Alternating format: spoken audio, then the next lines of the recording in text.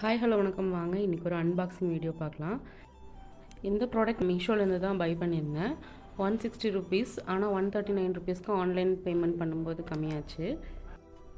Storage container தான் வாங்கியிருந்தேன், ஃப்ரிட்ஜில் ஸ்டோர் பண்ணி வைக்கிற மாதிரி.